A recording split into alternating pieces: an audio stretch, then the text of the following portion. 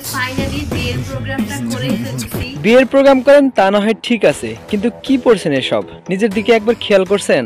আমার গোল্ডের ভিডিও দেওয়ার পর থেকে সবাই কোশ্চেন যে আপনি বিয়ের প্রোগ্রাম কবে করবেন। সবাই আপনার এই লুকটা দেখার জন্য কোশ্চেন করছিল, আপনার চেহারা বা গয়না না। দর্শক আপনার অন্য কিছুর দিকে তাকিয়ে থাকবে।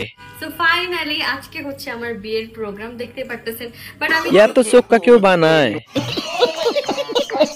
গোল্ড পরি নাই গাইস, আমি হচ্ছে এখন কি বলে এগুলো জানি না, স্টোনের গুলো পরছি কারণ আমি গরিব হয়ে গেছি। তো রাকিবের অন্তরা সাধারণত অশ্লীল ভিডিও বানায় না, তবে মাঝে মধ্যে গুপসা ভিডিও বানায়। এবার তিনি এমন সাজ দিলেন যা দেখে এমন মন্তব্য করতে বাধ্য হলাম। তো আমার বিয়ের লুকটা কেমন লেগেছে সেটা কিন্তু অবশ্যই কমেন্ট করে জানাবেন।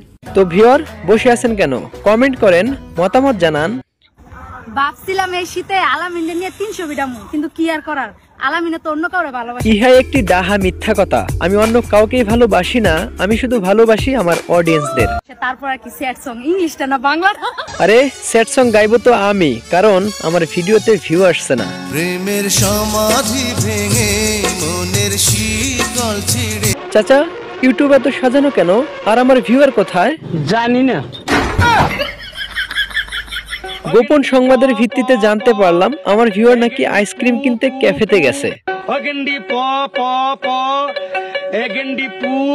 আমার ভিডিও দেখা বাদ দিয়ে নিজেই ভিডিও বানাচ্ছে, তাও আবার এভাবে। এ জীবন রেখে আর লাভ কি?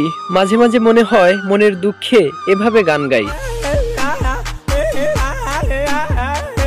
এভাবে গান গাইলে মনের কষ্টটা একটু হলেও কমতো।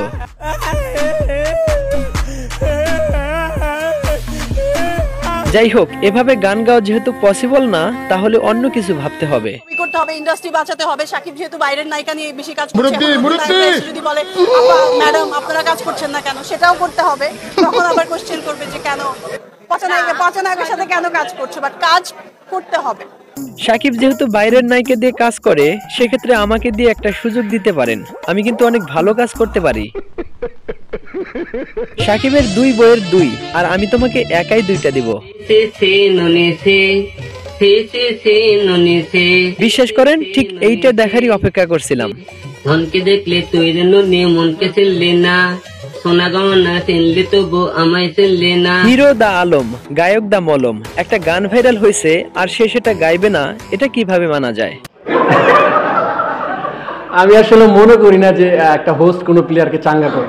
অবশ্যই চাঙ্গা করে, সে সবাইকে চাঙ্গা করতেছে। আর আপনাকে যদি চাঙ্গা না করে তাহলে আপনার নেতায় গেছে। আপনাকে জাতির ক্রাশ কেন বলে? মালাইকার পো প্রশ্নটা করছে কি তা? আপনাকে জাতির ক্রাশ কেন বলে? হ্যাঁ রে, জাতির ক্রাশ বলা হয়? কই, আজ পর্যন্ত তো শুনলাম না। জানি না, মানুষের কাছে ভালো লাগতেই পারে, ক্রাশ তো ক্রাশ। ওরে ক্রাশ রে, ক্রাশ না। তোমাদের ওই 3 মিনিট 21 সেকেন্ডের ভিডিও দেখে পাবলিক রাতের ঘুম নষ্ট করে। সত্যি কি আপনি সবার ক্রাশ? এটা যার যার পার্সোনাল ব্যাপার, যে কারো ক্রাশ হতে পারে। তুমি আমার বালের ক্রাশ। পৃথিবীর সবচেয়ে লাভজনক ব্যবসা কি? অপশন একটা হচ্ছে সেলুন ব্যবসা, বউ ব্যবসা, হকারি ব্যবসা। এই 3টার মধ্যে কোনটা সঠিক? এই 3টার মধ্যে সবচেয়ে লাভজনক ব্যবসা হচ্ছে বউ ব্যবসা, মানে কাপল ব্লগ। এতে লস হওয়ার কোনো ভয় নাই। ভালো হারাম সম্পর্কের মধ্যে ভিডিও করবা, ধরবা, খুব ভালো। আর আমি আমার বউর সাথে কন্টেন্ট বানাতে চাই না। এইটা দেখে মানুষ অনেক কিছু শিখবে, ভালোবাসা জিনিসটা শিখবে।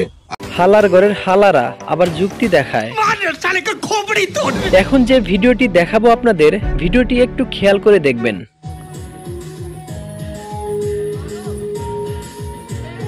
কিছু কি দেখতে পেয়েছেন? কি দেখতে পেয়েছেন? কোন রঙের দেখতে পেয়েছেন জানাবেন। মরার পরে আমার জামাই যদি আমার রেখে অন্য কোনো মহিলার চয়েস করে, আমি তো বেহেশতের মধ্যে ঝগড়া লেগে যাব। মরার পর আপনার জামাইয়ের কি অবস্থা হচ্ছে সেটা ভাবেন। আবার আপনি নিজেও বেহেশতে যেতে চান? কর্মফল চিন্তা করেন। বেহেশতে তো সহজ না, মাদারি মুখে যা আসে তাই বলে। কপালে জুতার বাড়ি হারাম। তো ভিউয়ার, আজ এই পর্যন্তই। আর এভাবে ভিডিও বানালে চলবে নাকি একটু কষ্ট করে জানাবেন। ধন্যবাদ।